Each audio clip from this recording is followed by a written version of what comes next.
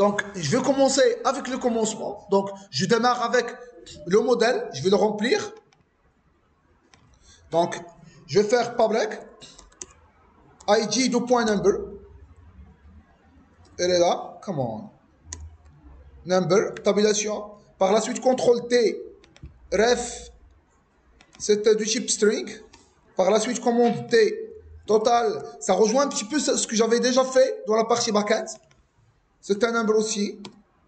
CTRL-T, total payé.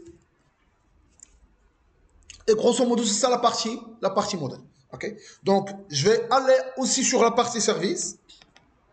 Donc, rapidement. Vous voyez, le service, il est injectable. C'est ça le service. Il est injectable. Ça veut dire que je peux l'injecter dans d'autres. Alors, vous rappelez à un moment donné, lorsque dans la couche service, j'étais en train d'instancier la couche DAO. Au sein de commande service, je fais new commande DAO. Et j'avais spécifié que le mot exact, je suis en train d'injecter le DAO au sein du service. Ok. Alors, ici, comme on l'avait déjà signalé, dans le service, on doit déclarer 4 choses. L'URL, quoi d'autre? Le HTTP client, quoi d'autre? Le item et le items. Donc, private item de type quoi? De type commande, c'est ça? Tabulation. Items de type quoi? Array. Commande. Tabulation. Et enfin, c'est quoi? L'URL, c'est ça? URL.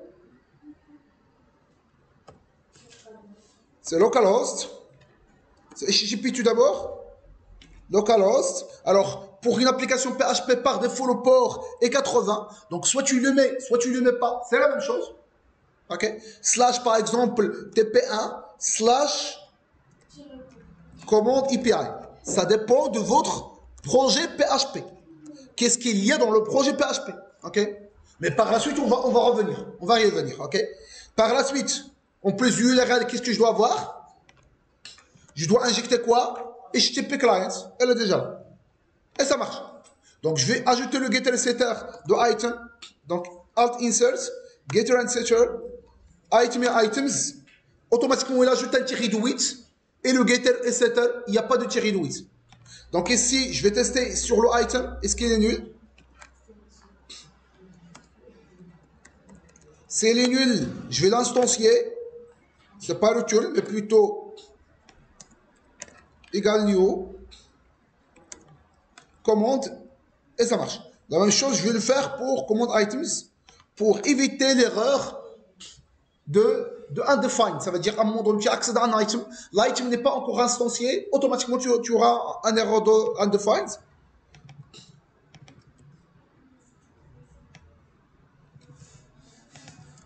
Et c'est parfait.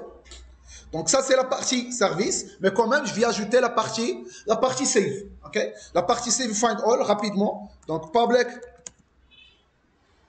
save, le type de retour, c'est un observable de quoi? C'est un observable de number. Sachant que le backend doit retourner un number, un int. 1, moins 1, moins 2, etc., etc. Donc, ce que je vais faire, je vais faire return 10.http. Donc, je vais écrire directement http 10.http .post, puisque le save c'est un post. Je fournis comme paramètre l'URL. Et qu'est-ce que je vais envoyer? Je vais envoyer le item. C'est pas avec le tiré de 8, mais plutôt avec sans tiret. Ça veut dire que j'appelle le getter. Okay? Avec un point virgule. Qu'est-ce qu'il a? Ah oui, je dois spécifier dans le post. Je dois spécifier que c'est un post number. La même chose, je vais le faire avec find all. Donc, CTRL-D, find all. La méthode find all, c'est un de type get. Il permet de retourner un array de commande et non pas un number. Et c'est un simple get. Donc, le get, il n'y a pas de body. Il y a simplement la partie URL et c'est tout. L'URL de save, c'est le même que l'URL de find all. Vous vous rappelez? Il contient un simple slash. Okay? Je vais faire par exemple la méthode find by ref. Okay? Donc find by ref, je vais faire un dupliqué, CTRL-ALT-L. Donc find by ref. il permet de retourner un observable document.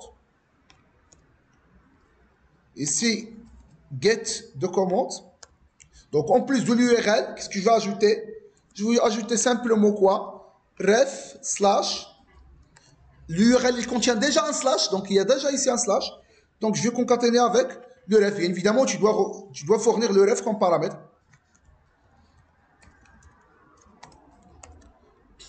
Et c'est ça find by ref. La même chose pour delete by ref. Alors, si je veux faire une méthode delete by ref, observable de quoi? La méthode delete dans le backend, il permet de retourner un number. Donc, delete number. Ce n'est pas un get, mais plutôt un delete. Le delete, c'est la même chose. Observable de number, ici number. Et je viens de finaliser vraiment la partie service. OK?